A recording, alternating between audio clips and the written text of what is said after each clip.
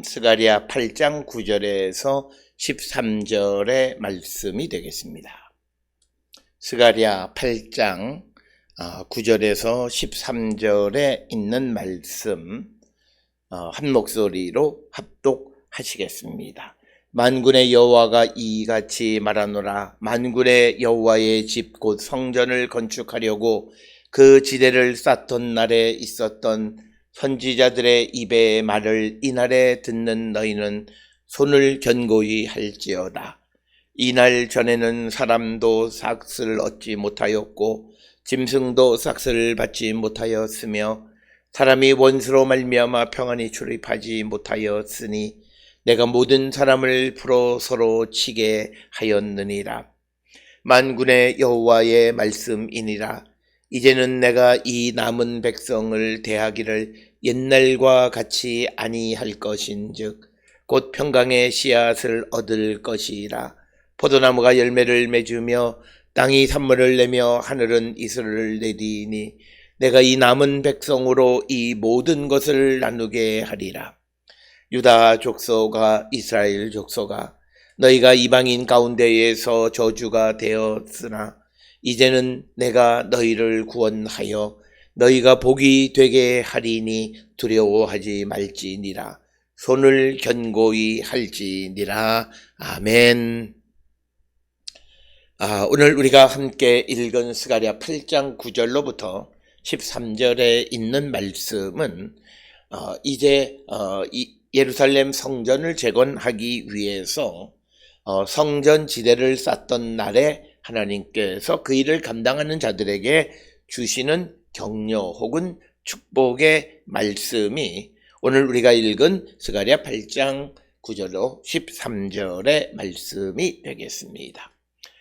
특별히 오늘 주시는 9절에 보게 되면 이렇게 기록이 되어 있습니다.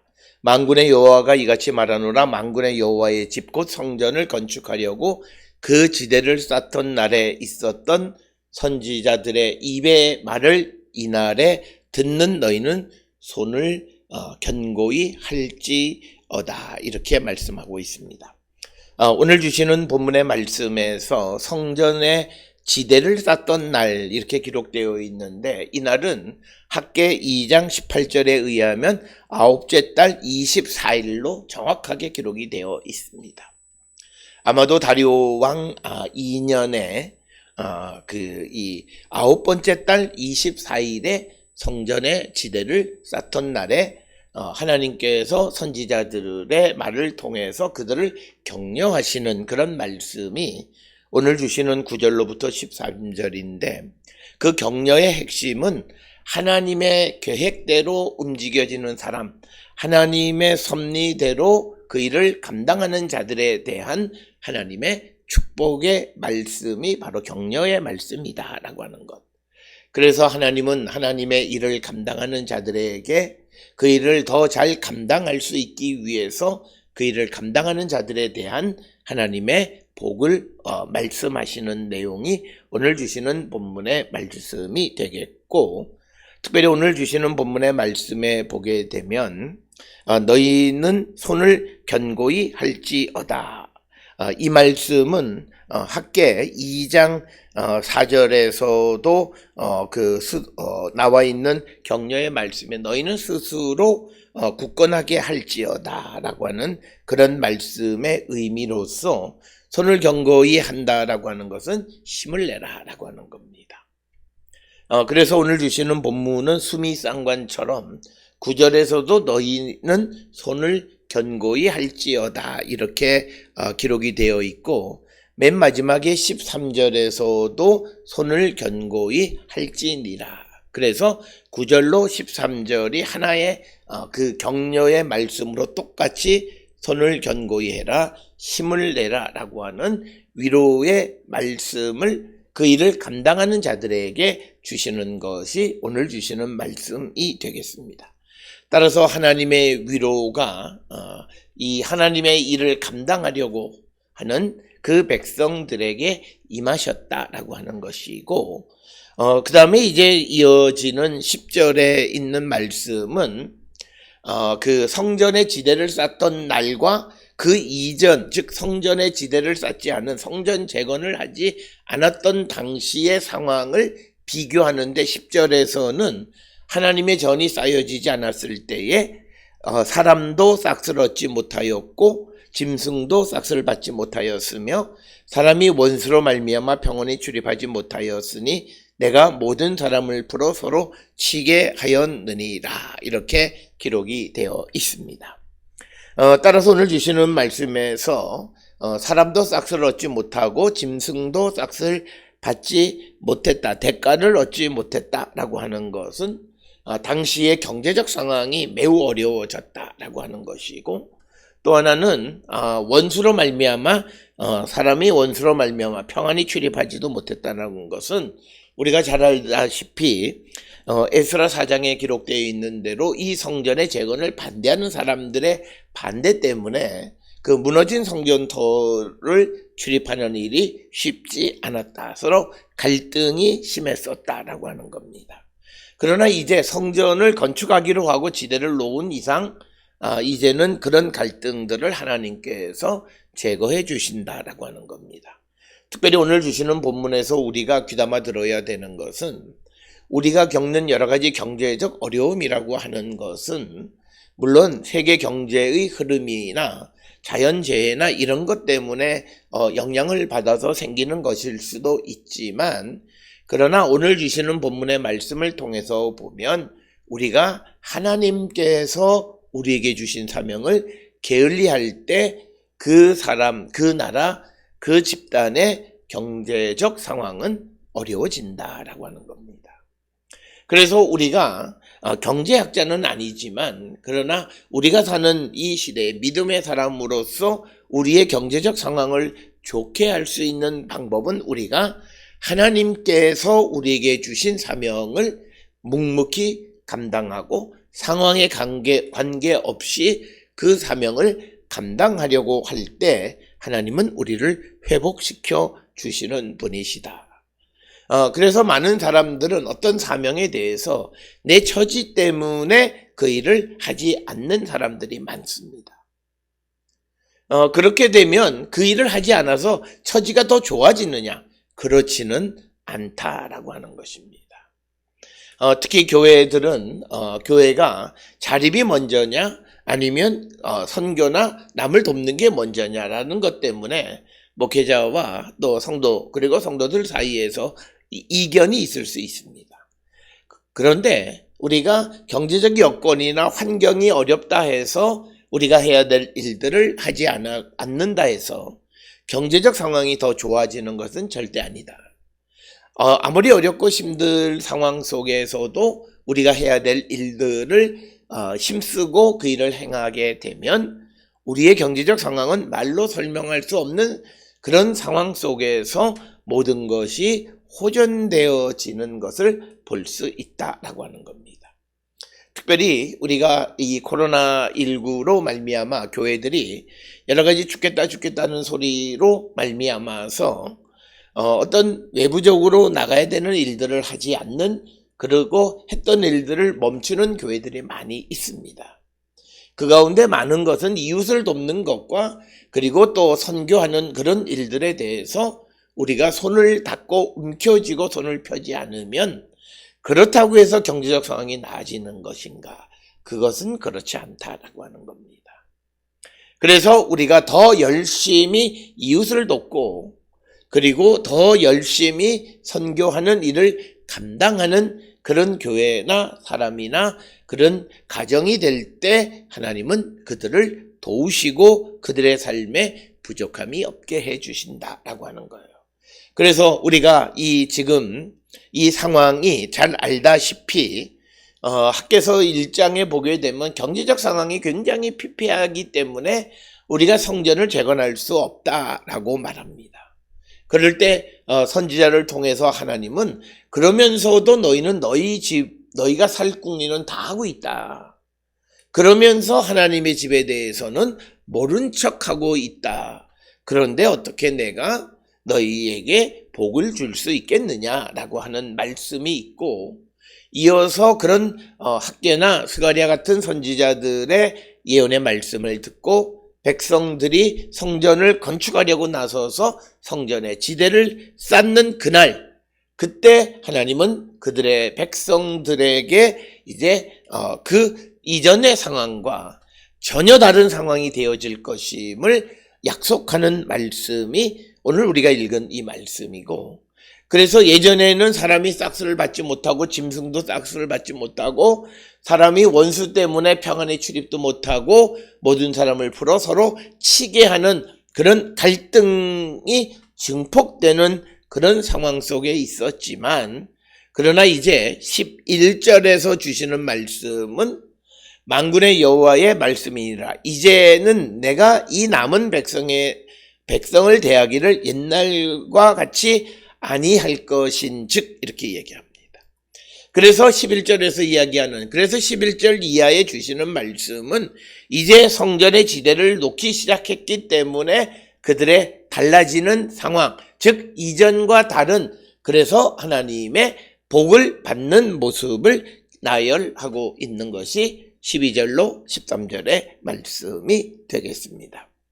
그래서 오늘 주시는 이 본문의 말씀을 통해서 우리가 하나님이 내게 주신 사명, 그리고 하나님이 우리 교회에 주신 사명, 그리고 하나님이 이 민족에게 주신 사명을 감당하지 아니하면 하나님은 우리의 상황을 어렵게 만드시는 분이시다. 그 이유는 간단한 거죠. 하나님께서 우리를 불쌍히 여겨 경제적으로 편안함을 주고 부유한 것을 주셨는데 오히려 부유한 것 때문에 여호와가 누구냐?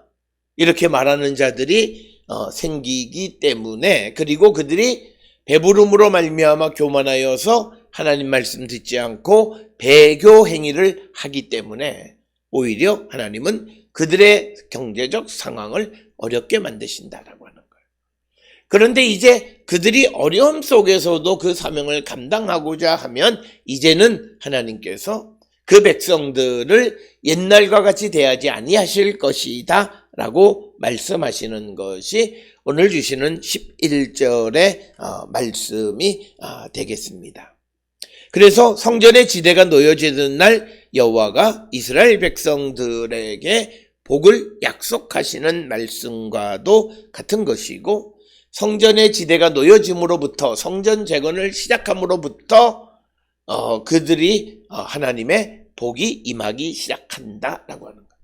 오늘 주시는 이 본문의 말씀에서 이것은 우리가 사명을 감당하는 것, 그리고 또 하나는 내 안에 있는 마음의 성전을 제대로 잘 우리가 지대를 쌓아가는 일을 하게 되어져야 우리가 하나님의 축복의 백성이 되어질 수 있다라고 하는 것을 우리에게 보여주는 그런 말씀이 되겠습니다.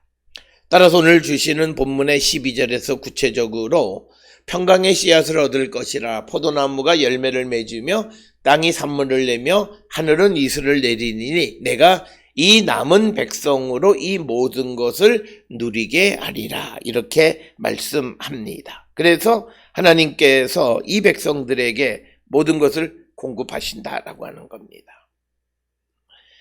그런데 그 학개서 2장 19절에 보면 곡식종자가 아직도 창고에 있느냐, 포도나무, 무화과나무, 석류나무, 감람나무에 열매가 맺지 못하였느니라. 그러나 오늘부터는 내가 너희에게 복을 주리라. 즉 성전의 지대가 쌓아지기 전에는 모든 열매가 제대로 나지도 않고 또 곡식을 심을 만한 씨앗도 없는 그런 상황 속에 있었지만, 성전의 지대를 쌓는 날부터 하나님께서 그들을 축복하시겠다라고 하는 겁니다. 그래서 오늘 주시는 12절에 하늘은 이슬을 내릴 거라고 얘기했는데, 학개서 1장 10절에서는 이스라엘 유다 백성들이 예루살렘으로 돌아온 이후에도 성전을 건축하지 않으니까 하나님께서 너희로 말미암아 하늘은 이슬을 그쳤고 땅은 산물을 그쳤으며, 그러니까 하나님의 사명을 감당하지 아니하는 자들에게 하나님은 재앙을 주시고 그들의 경제적 상황을 비틀어지게 만드신다라고 하는 거예요. 이것을 우리가 꼭 기억하셔야 돼요. 그래서 우리가 부흥하는 삶을 살아가는 것, 내가 흥하는 삶을 살아가는 것, 그리고 내 삶이 더 나은 삶을 우리가 살아가기를 원한다면 우리는 무엇보다도 하나님이 나를 왜 구원해 주셨는가? 그래서 그 구원하신 하나님의 뜻을 이루며 살아가는 자가 되어야 한다. 그런 삶을 우리가 살아가는 자가 되어야 한다라고 하는 겁니다. 그럴 때 하나님이 우리를 축복하십니다. 그러나 우리가 하나님의 사랑으로, 하나님의 자비와 긍휼하심으로 예수 그리스도의 보혈로 구원은 받았어요. 그런데 구원받고는 그 다음부터 육신을 위해서 살아가요. 그리스도와 복음을 위한 삶을 살지 않아요. 그러면 하나님은 그의 삶을 말라 비틀어지게 만드신다는 거예요. 왜냐하면 그가 하나님의 말씀을 듣지 않는 이유는 너무 부유해서이기 때문이에요. 그래서 하나님의 말씀을 듣게 하기 위해서, 겸손하게 하기 위해서 그들에게 재앙을 내리시는 분이 하나님이시다라고 하는 겁니다. 따라서 오늘 주시는 본문을 통해서 우리가 하나님의 사명을 감당하거나 또는 내 마음의 성전을 잘 건축하기 위한 지대를 놓게 되어질 때, 즉 내가 예수 그리스도를 바르게 믿는 하나님의 백성이 되어질 때, 그때 하나님은 우리를 축복하여 주셔서 하늘은 이슬을 내리고 땅은 산물을 내게 된다고 말씀하고 있고, 더 나아가서 내가 이 남은 백성으로 이 모든 것을 누리게 한다는 거예요. 어떤 이들은 열심히 일은 했는데 누리지 못하는 거예요. 이게 불행한 삶이에요. 그런데 오늘 주시는 하나님의 축복은 하나님과 바른 관계를 가지고 있는 자들은 하나님이 주신 것을 누리며 살아가는 자다라고 하는 거예요. 그래서 예레미야 3장 18절에 유다 족속이 이스라엘 족속과 동행하여 북에서부터 나와서 내가 너희 조상에게 기업으로 준 그 땅에 그들이 함께 이르리라. 함께 하나님이 주신 것을 누리게 될 것이다 라고 말씀하고 있다라고 하는 것입니다. 따라서 오늘 주시는 이 본문을 통해서 우리가 하나님이 내게 주신 사명을 감당하는 것이 왜 중요한가? 그리고 내 안에 예수 그리스도의 십자가 보혈로 세워진 마음의 성전, 성령이 거하시는 이 마음의 성전을 깨끗하게 거룩하게 이 성전을 지켜가는 일이 왜 내게 소중한가? 라고 하는 것은 오늘 주시는 성전의 지대가 놓여졌을 때 주시는 하나님의 축복이라고 하는 이 말씀 9절로 13절을 통해서 우리가 깨달을 수 있다라고 하는 것입니다. 그래서 오늘 우리가 살고 있는 이 시대에 어렵다고 생각하는 사람들은 자신의 어려움의 근본이 무엇인가를 돌아보면 외부적인 것에서 찾지 말고 내 믿음에서 찾아야 된다라고 하는 것입니다. 그래서 내가 하나님 앞에 내게 주신 사명을 얼마나 감당하며 살아가는 자인가, 그리고 나는 내 마음의 성전을 얼마나 거룩하게 잘 우리가 보존하고 그 성전의 지대를 놓는 일을 게을리하지 않은 자인가를 한 번쯤 성찰하고, 우리 마음의 성전의 지대가 놓여질 때, 그리고 내게 주신 사명을 감당하고자 할 때 하나님은 우리를 축복하시는 분이시다라고 하는 것이 오늘 우리에게 주시는 말씀입니다. 오늘 우리가 살고 있는 이 시대에 종교가 무조건 많은 사람들을 위로하는 역할로만 그치는 종교가 많은데, 그것은 사실은 종교가 아니에요. 종교는 우리가 내가 위로받으려고 하는 것이 아니라, 기독교도 타인을 위한 삶을 살게 하는 거예요. 내게 하나님이 성령을 주신 것은 성령을 통해서 내게 은사를 주셨고, 그 은사를 통해서 다른 사람을 유익하게 하는 삶을 살아가게 하는 거예요. 그것이 우리를 구원하시고 우리를 부르신 하나님의 뜻이에요. 그래서 우리 모든 성도들이 무엇보다도 내게 주신 사명을 이루고자 힘쓰고 그 사명이 무엇인지를 알고자 힘쓰는 자들이 되어야 한다라고 하는 겁니다. 이어지는 13절에 유다 족속과 이스라엘 족속아 너희가 이방인 가운데에 저주가 되었으나 이제는 내가 너희를 구원하여 너희가 복이 되게 하리니 두려워하지 말지니라 손을 견고히 할지니라. 이 말씀의 의미는 유다와 이스라엘 족속들이 이방들 가운데에서 저주받은 자들의 어떤 샘플이 되었는데 이제는 너희를 구원하여 너희가 복받은 자의 샘플이 되게 하시겠다는 거예요. 즉 하나님의 사명을 감당하고 하나님의 뜻 안에 움직이는 그리고 하나님의 성전 지대를 놓는 사람들의 인생은 저주에서 복받은 자로 완전한 전환을 이룬다라고 하는 것입니다. 그렇기 때문에 우리가 이 땅을 살아가는 데 있어서 무엇보다도 하나님의 말씀 안에 살아가는 자들이 되어야 한다. 특별히 이방인들 가운데 저주가 되었다라고 하는 것은 이스라엘이 이방들 가운데에서 비방거리가 되어진 거죠. 그런 삶을 그리고 이스라엘 백성들이 또 저주거리가 되어졌다라고 하는 거죠. 그랬던 자들에게 내가 너희를 구원하여서 너희가 복이 되게 할 것이다 라고 하는 거예요.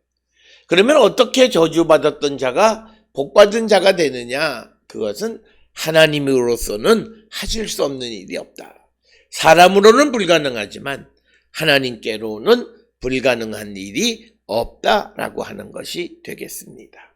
따라서 오늘 주시는 본문에서 하나님의 사명을 이루고자 하거나 자신의 마음의 성전을 쌓아가는 자들은 이제는 저주받았던 자에서 복을 받는 자가 되게 하실 것이다. 그래서 두려워하지 말라고 말씀하시고 힘을 내서 주어진 사명에 충실한 삶을 살라고 격려하시는 것이 오늘 주시는 말씀이 되겠습니다.